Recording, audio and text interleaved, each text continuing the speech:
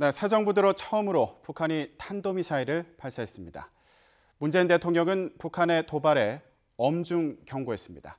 자세한 내용 차재원 부산 가톨릭대 교수, 김광덕 전 한국일보 정치부장과 알아보겠습니다. 두 분 안녕하십니까? 안녕하세요. 네, 새 정부 들어 첫 탄도미사일 발사입니다. 문재인 대통령은 국가안전보장회의를 주재를 했습니다. 자, 여기서 대북 메시지가 나왔는데 어떤 부분이 좀 인상적이셨습니까? 네, 오늘은 일단은 국가안보회의가 늦지 않게 비교적 신속하게 소집됐다. 일단 그래서 눈길을 끌고요. 네. 5시 27분에 북한에서 평북 구성에서 동해상으로 쏘지 않았습니까? 한 700km 정도 날아갔는데 이거를 대통령께 보고한 시간이 한 41분이 걸렸습니다. 비서실장한테 먼저 보고하고요. 네네. 그렇게 해서 8시에 7시에는 안보실장이 중심으로 하는 국가안보회의가 열렸고요. 8시에 대통령이 주재하는 회의가 열렸으니까 2시간 반 만에 열려서 이렇게 여러 가지 대응을 했는데 이런 게 이제 오늘 그 일정을 일일이 공개를 했어요. 네, 과거의 그렇죠. 경우 공개하는 경우도 있고 안 하는 경우도 있는데 일일이 공개해서 하여튼 늦지 않게 잘 대응했다고 하는 걸 보여줬는데 여기서 일단 북한에 대해서 일종의 강력한 유감을 표시하면서 엄중 경고를 하는 이런 네. 게 있었는데 예를 들어서 이것은 안보리 문 대통령의 언급으로는 유엔 안보리 결의를 위반한 거다. 강력히 규탄한다. 엄중 경고한다. 이런 이야기를 했습니다. 네. 그러면서 북한이 오판 않도록 단호 대응해야 된다. 이런 것들은 과거 정부의 박근혜 정부라든지 이명박 정부에 내려온 기조와 같은 기조인데 하나 좀 다른 게 하나 있습니다. 과거에 이명박 박근혜 정부의 이런 상황에서는 대화라는 말을 하지 않는데 엄중 경고한다고 단호 대응한다 그러면서도 네. 대화 가능성은 열어둔다라고 하는 말을 하면서 북 태도 변화 있을 때만 단 전제를 달았는데 북한의 태도 변화 있을 때만 대화가 가능하다 이런 네. 점에서 이 점은 과거 정부와 좀 다른 대응을 한 것으로 보입니다. 네. 지금 부장님께서 좀 해석을 네. 해주셨는데 네. 자, 그 발언 내용을 조금 더 보면 네. 북한과의 대화 가능성이 있지만 북한이 오판하지 못하도록 도발에 대해서는 단호하게 대응해야 된다. 그리고 대화가 가능하더라도 북한의 태도 변화가 있을 때 가능함을 보여줘야 된다.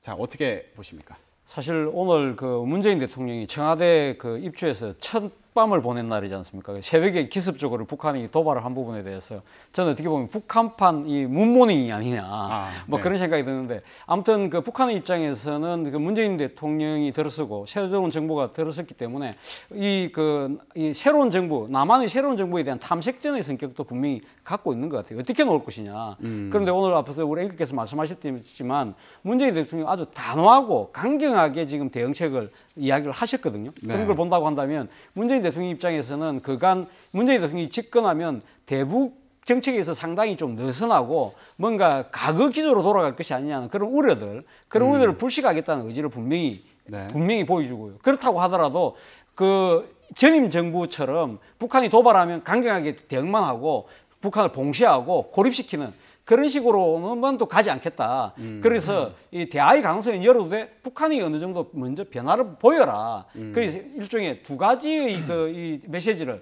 동시에 보낸 것이 아닌가. 한편으로는 아주 단호하고 강경하지만 또 한편으로는 대화의 가능성도 열어두는 이 나름대로 실리도 모셔가는 그런 식으로 양수기 염장의 대북 포석을 일단 깐 것이 아닌가 하는 생각입니다. 네. 자, 지금 문재인 정부에 대해서 북한에서는 지켜보겠다 이런 입장을 밝혔거든요. 예. 부장님 보실 때 오늘 그 메시지가 북한에 확실하게 전달이 됐다고 보십니까? 네, 북한에서는 일단은 문재인 정부 들어섰는데 생각보다는 빨리 미사일을 발사를 했어요.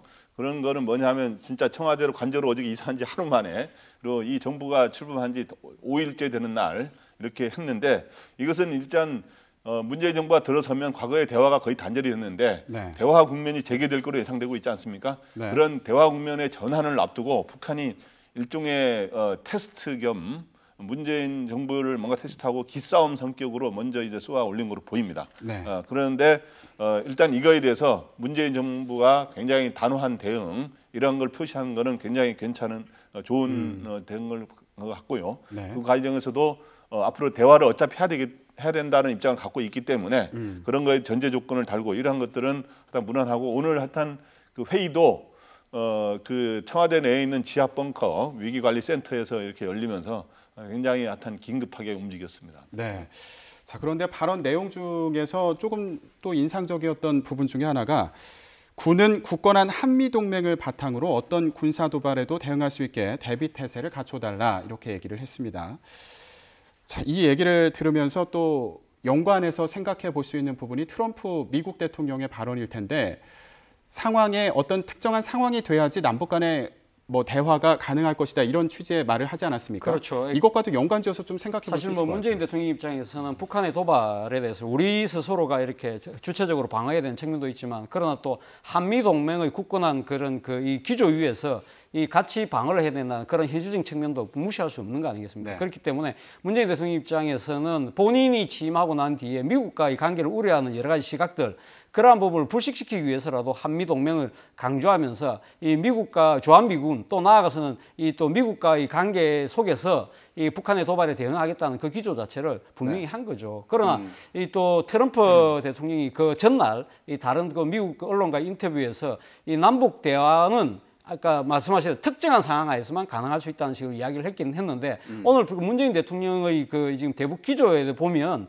이 대화의 가능성은 열어두되 그것이 북한의 태도 변화라는 것을 전제를 했다는 거죠. 그것은 트럼프 대통령이 이야기하는 특정한 상황과는 상당히 맞물린 그런 그 메시지가 아닌가 하는 생각에서 본다고 한다면 일단 문재인 대통령 입장에서는 북한이 도발한 상황에서 남북 대화를 미국의 우려보다 앞서가지는 않겠다. 그런 나름대로의 속도 조절은 분명히 한 것 같습니다.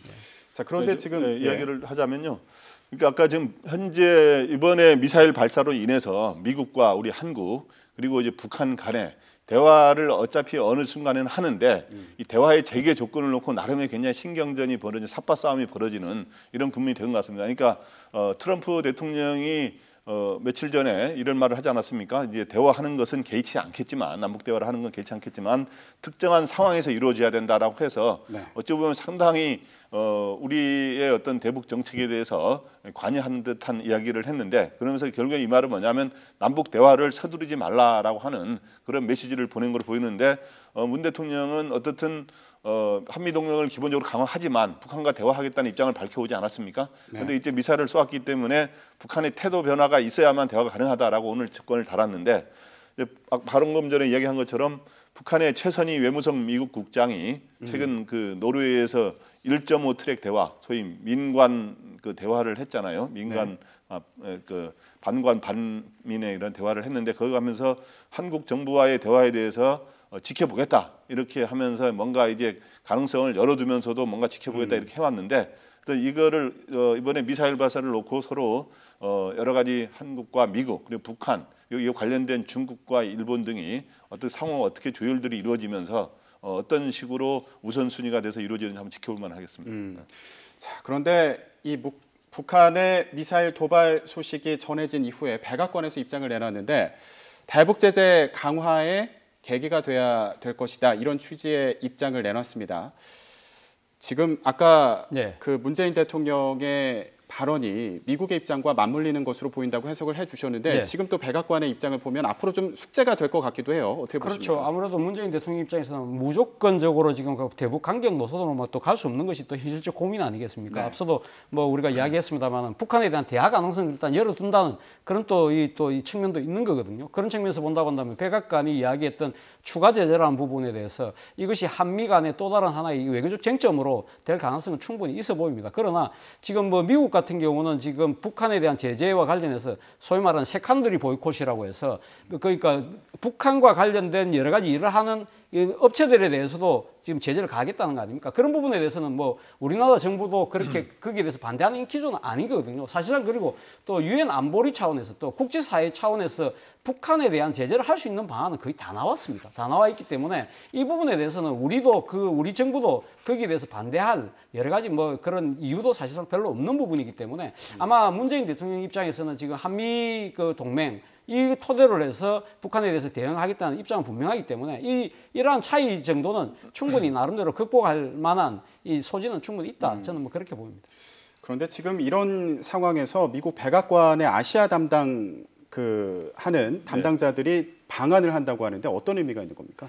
네, 내일 그 백악관의 한반도 문제 담당자들 그리고 이제 방문하는데 가령 이제 NSC 백악관의 국가안보보좌관실의 아시아 담당 선임 보좌관 이런 사람 등이 이제 방한을 하는데 이거는 뭐냐 하면 한미 정상이 이제 얼마 전에 전화 통화를 하지 않았습니까? 그래서 한미 정상회담이 한 6월 중이나 늦어도 7월까지는 열릴 거로 예상이 되는데 그런 거를 한미 정상회담을 서로 처음에 의제 등을 조율하는 그다음 일정이라든가 의제 등을 조율하기 위한 첫 번째 실무선에서의 논의 과정이 시작되는 거라고 볼 수 있습니다. 그래서 지금 현재 한미 정상 간의 주요 현안은 뭐냐 하면 북핵 문제를 어떻게 풀어가느냐 뭐 이런 것도 있고 또 사드 문제를 어떻게 해결하느냐 그다음에 한미 FTA 문제 이런 것들을 그래서 이번에도 한미 정상 간에서 통화에서도 트럼프 대통령이 이러한 북핵 문제보다 한미 FTA 문제를 먼저 거론을 했다는 거 아닙니까? 그래서 자기네가 자기네가 이제 적자를 하고 있으니까 뭔가 이런 걸 시정하자 이런 주장인데 그래서 이제 예를 들어서 한미 방위비 분담금 문제도 거론될 수 있고요. 이런 것들을 처음에 실무선에서 와가지고 서로 양측이 조율하는 과정을 거친 뒤에 양측의 소위 NSC의 책임자들, 우리 국가안보실장이라든가 우리 외교부 장관이라든가 저쪽의 국무장관 이런 것들을 조율을 다 거친 뒤에 나중에 이제 양국 정상회담이 이루어지는 이런 과정을 거치게 됩니다. 그래서 그 준비하는데 보통 한 달 가량이 사실 걸리거든요. 그래서 그 첫 그런 실무 모임이 시작된다는 데서 의미가 있습니다. 네. 이런 첫 실무 모임에서 어떤 의제들이 논의가 되고 양측이 어떤 입장을 나눌지도 이제 앞으로 주목이 될 것 같습니다. 자, 아까 부장님께서 간단하게 말씀을 해주셨는데 오늘 이 발표 과정에서 또 주목되는 부분이 있었습니다. 네. 분 단위로 어떤 네. 식으로 조치를 취했는지를 공개했거든요. 이거는 어떻게 봐야 될까요? 아무래도 그 지난번 정권에서 사실 국가 위기 상태가 벌어졌을 때 대통령의 그런 행적에 대해서 여러 가지 국민적인 의혹들이 일었던 거 사실이지 않습니까? 네. 사실 어떻게 보면 박근혜 전 대통령이 파면에도 사실 그때 그 국가 위기 상황에서의 대통령의 부적절한 처신 이 부분이 상당히 또 논란이 됐고 그것이 탄핵 심판에 있어서 결정적인 사유가 됐던 측면이 분명히 있기 때문에 그러한 그 전임 정권과는 차별화된 모습을 보여야 되겠다는 아마 입장에 대해서는 아마 그 나름대로 준비가 되어 있었던 것이 아닌가 하는 생각입니다. 그리고 또 하나는 이 북한이 도발하는 상황에서 상당히 국민적 불안감이 지금 커질 수밖에 없는 상황에서 그리고 또 정부가 지금 교체기지 않습니까? 네. 이러한 상황에서 우리 새로운 정부가 대통령을 중심으로 해서 단호하게 대처한다는 모습을 분 단위로 보여줌으로써 국민적인 또 나름 불안감도 해소시키고 신뢰감도 증진시키는 그런 측면이 있는 거고요. 또 대선 과정에서 문재인 후보가 대통령이 되면 사실 친북 좌파 정권이 된다는 그런 또 정치적 공세에 많이 시달렸지 않습니까? 네. 이러한 부분들을 강경한 대응 메시지와 함께 아주 분단위로 체계적인 대응을 보여줌으로써 이러한 국민적 불신감도 해소시킬 수 있다. 또 하나는 준비된 대통령이라는 부분을 여실히 보여준다는 측면이 있는 것이죠. 그러니까 문재인 대통령이 지금 취임한 지 지금 5일째밖에 안 됐습니다만 이런 아무도 생각지 못한 돌발적인 상황에서도 준비되는 모습을 보여주는 그런 측면도 있다. 또한 마지막 하나는 새로운 정부에 대해서 지금 바라보고 있는 공직자들에게 주는 아주 강한 이 긴장성, 경고성 메시지도 분명히 있다. 저는 그렇게 봅니다. 저희가 오늘 대담을 시작하기 전에 간단하게 얘기를 했었는데 오늘 회의가 지하 벙커에서 이루어지지 않았냐 이런 얘기를 하지 않았습니까? 네. 그러면서 나왔던 얘기가 그러면 광화문으로 집무실을 옮기게 되면 어떻게 되는 건가 이런 얘기도 해봤는데 네. 어떻게 보세요? 네, 광화문으로 이제 옮기려면은 지금 대통령 처음 이야기는 준비되는 대로 가겠다 이렇게 했지만 지금 그걸 실제로 준비하는 경우는 이제 행정자치부에서 준비를 하는데 그걸 여러 가지 하려면 대통령은 비교적 여러 가지 구조 변경, 건물의 구조 변경 없이 광화문에 입주하겠다 이렇게 했지만 여러 가지 리모델링도 필요하고 참모들도 또 가야 될 거 아닙니까 거기로. 그렇기 때문에 시간이 굉장히 걸린다 그럽니다. 그러다 보면 가장 빨라야 내년 말이고 그다음 2019년 초에 가는데 거기로 가게 되면 가장 중요한 게 뭐냐 하면 마찬가지로 이 안보 상황에 잘 대비를 해야 되거든요. 그래서 이제 광화문으로 가더라도 지금 청와대에 있는 소위 지하 벙커가 있는데 위기관리센터라 그래서 그런 유사한 소위 지하에서 안보 회의, 안보 관련 회의를 할 수 있고 만에 하나의 북한의 도발의 경우에서도 거기서 진두지휘할 수 있는 네. 지하 벙커 시설이 있어야 됩니다. 그래서 그런 거를 광화문 청사에도 당연히 그런 구조를 설치를 해야 되는 것이고 그리고 또 하나는 근무하는 곳도 현재 그거를 방탄 유리로 교체하고 이런 이야기를 한다는데 단순히 그런 방탄 차원이 아니라 북한의 미사일 공격에 대해서 여러 가지 그런 그 공격의 타겟이 될 수 없도록 여러 가지 각도라든가 미사일을 방어할 수 있는 이런 체제를 확실하게 갖추는 것도 저는 꼭 필요한 작업이라고 봅니다. 네. 자, 오늘 이 NSC 회의와 관련해서 또 화제가 됐던 것 중에 하나가 문재인 대통령이 김관진 국가안보실장과 함께 있는 모습. 그렇죠. 네, 사실- 이것도 또 화제가 됐습니다. 사실 문재인 대통령 입장에서는 사실 본인이 취임하고 나서 제일 먼저 1호 인사를 사실 안보실장을 교체하는 것이 아닐까 하는 사람들이 많이 그 관측이 있었거든요. 사실 뭐 네. 아시다시피 지난번 이 대통령 공백 상황에서 사실 그 사드가 그 조기 배치되고 하는 측면에 있어서 김관진 실장이 미국과의 여러 가지 그 막구 교섭을 통해서 김관진 실장이 밀어붙인 것이 아니냐 하는 것이 당시 더불어민주당의 입장이었기 때문에 문재인 대통령 입장에서는 사실 이 본인의 생각과 다른 정책에 앞장섰던 김관진 실장과 한 자리 한다는 것은 상당히 좀 껄끄러운 측면이 분명히 있었을 겁니다. 그러나 뭐 지금 국가적인 상당히 위기 상태에서 그런 거 뭐 지금 가릴 사항은 아닌 거죠. 네. 그렇기 때문에 앞으로 지금 그 관건은 그러면 이제 김관진 실장을 대체할 사람이 누구냐 그것에 이제 초점이 맞춰질 수밖에 없지 않겠습니까? 지금 그 김관진 실장은 사실 박근혜 정부의 상당 기간 거의 한 뭐 3년 넘게 지금 안보실장으로 지금 재직하고 있지 않습니까? 또 네. 바로 그 앞에는 김장수 전 국방부 장관이 또 안보실장을 했기 때문에 이번에는 안보실장을 외교 안보 통일 사령탑으로서 군 출신보다는 아무래도 외교나 또 통일 이쪽의 뭐 관료나 전문가 출신이 지금 오지 않겠느냐는 것이 아마 대체적인 시각인 것 같습니다. 이와 관련해서는 뭐 완전히 관료 중에서 온다고 한다면 정의용 전 주 제네바 대사라든지 위성락 전 러시아 대사 그리고 만약에 확자 전문가 중에서 물망에 올라오신 분은 이 문정인 문정인 연세대학교 명예교수가 거론되고 있는 것 같습니다. 네. 이거 한마디만 이야기하자면 진짜 오늘은 어찌 보면 약간 불편한 자리였을 수도 있을 거예요. 사람 이제 김관진 안보실장이 이 사드를 도입한다든가 이런 것들을 굉장히 주도해서 사실은 많이 이 민주당으로부터 굉장히 타깃이 됐었거든요. 네. 그랬는데 지금 문재인 정부가 들어선 이후에 지금 청와대 비서실이라든가 이런 데 교체를 다 했고 그 다음에 지금 교체한 데가 바로 국가보안처장, 보훈처장. 왜냐하면 곧 5.18 기념식을 준비해야 되니까 그게 하고 이제 검찰총장이 교체가 되지 않았습니까? 네. 근데 지금 외교안보 라인이 하나도 교체가 안 됐어요 지금. 그러니까 국가안보실장뿐만 아니라 국방장관, 외교장관, 통일장관. 그런데 이걸 교체 안 한 거는 지금 북한의 만일의 오늘처럼 만일의 경우들이 있을 수가 있기 때문에 이런 것들은 진짜 안보에 대해서는 단 1분 1초의 빈틈도 있어도 안 된다는 네. 그러한 관점에서 아마 그렇게 이루어진 것 같습니다. 그래서 뭐 일정 시간이 지나면 아무래도 이제 당연히 교체가 되는 건데 네. 교체하지 않고 이렇게 오늘도 이게 긴급하게 대응한 거는 잘한 것으로 보입니다. 네.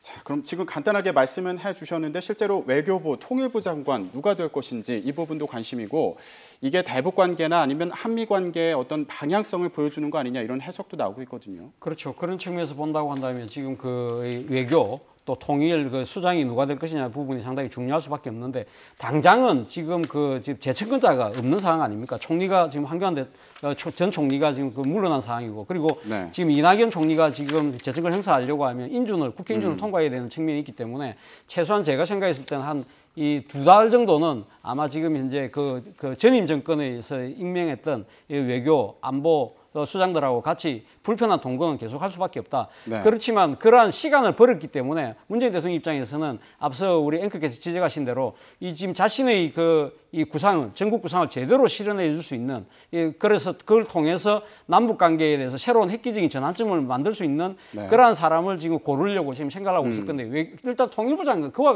가장 중요한 측면이 아마 통일부 장관일 것 같은데 이와 관련해서 통일부 장관은 맨 처음에 물망에 올랐던 분은 우상호 원내대표죠. 원내대표인데 우상호 원내대표가 본인이 입각하지 않겠다고 분명히 선을 그었고 그래서 지금 놓은 또 하마평에 올라오신 분이 송영길 이번에 대선에서 선대본부장을 했지 않습니까? 네. 아마 송영길 의원이 상당히 물망에 거론되고 있는 것 같습니다. 네. 그래서 아마 이 정치인 출신이 통일부 장관이 된다고 하면 상당히 통일 정책에서 그동안 소외되었던 통일 정책에서 상당히 힘이 붙는 그런 모습을 보지 않을까 하는 생각이 듭니다. 네.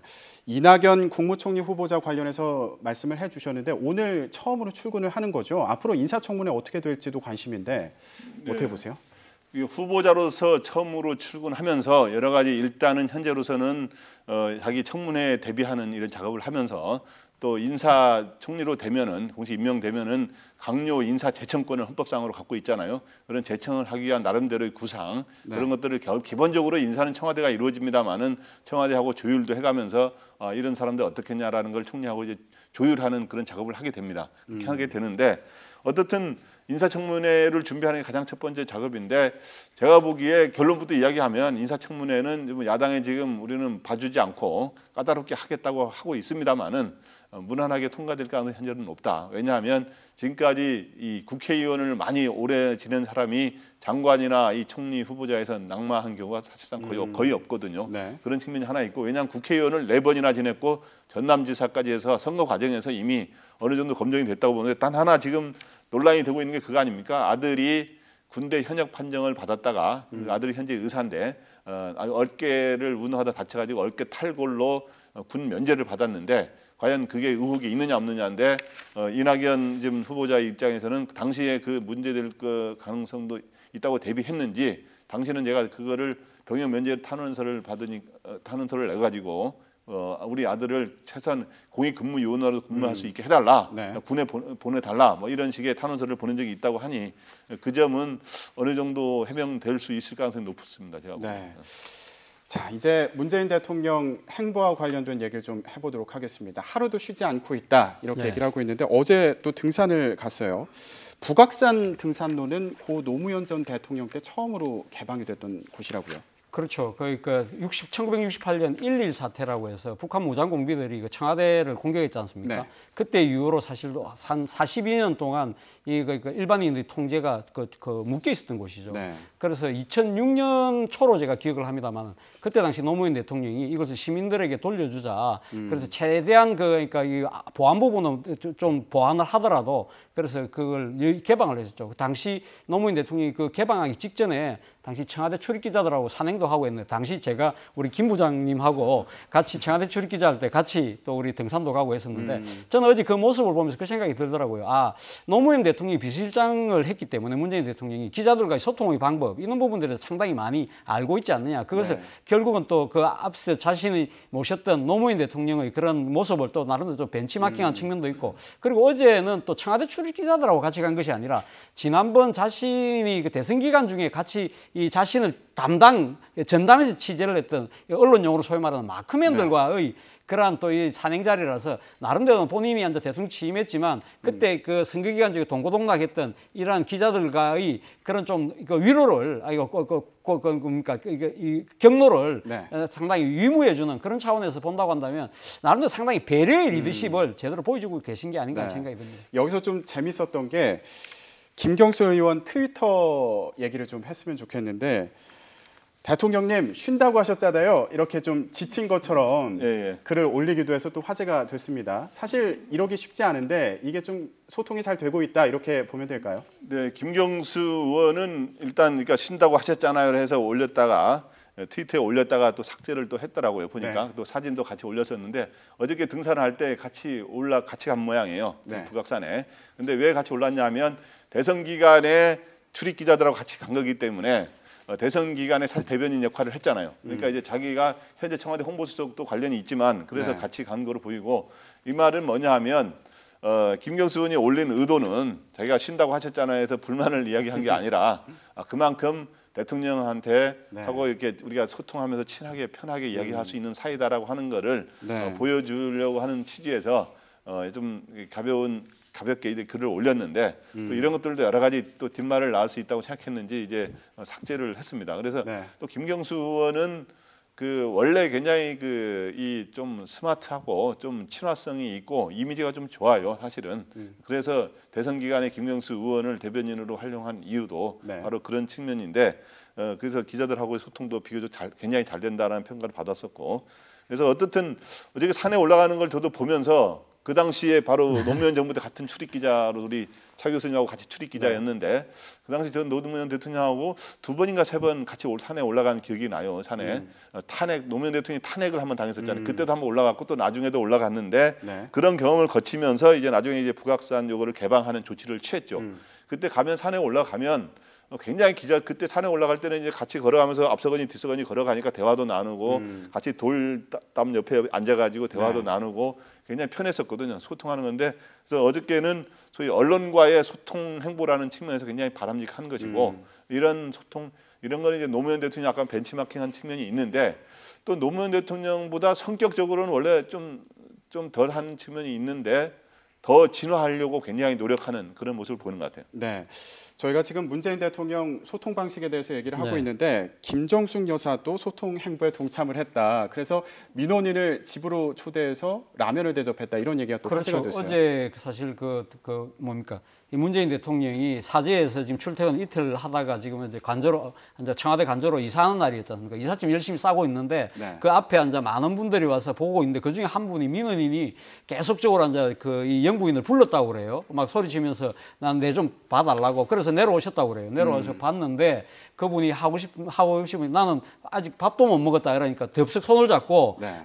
집에 갑시다. 제가 라면이라도 하나 끓여드릴게요 했는데 들어갔는데 그 본인이 그렇게 했다는 거 아닙니까? 아무래도 지금 자기의 그 민원도 중요하지만 이제 그 이삿짐 사고 바쁜데 그또 가서 또 민폐니까 그냥 막 이 정도면 됐습니다. 제 이야기만 들어주면 됩니다 하니까 이야기 듣고 그래서 컵 라면을 대신 끓여서 줬다는 거 아닙니까? 네. 그러면서 이 정도만 들어만 줘도 저는 더 이상 이제 환이 풀린 것 같다. 그래서 더 이상 찾아오지 않겠다고 그러는데 결국은 그렇습니다. 그러니까 문재인 대통령도 그렇고 우리 김정숙 그 여사도 마찬가지고요. 그러니까 지금 이 리더는 국민들의 목소리를 듣는 이 경청의 리더십이 최고의 리더십이라는 걸 다시 한번 보여준 계기가 되지 않았나 생각합니다. 네, 앞으로 문재인 대통령 소통의 리더십 어떤 식으로 보여줄지 계속 관심이 가고 있는 상황입니다.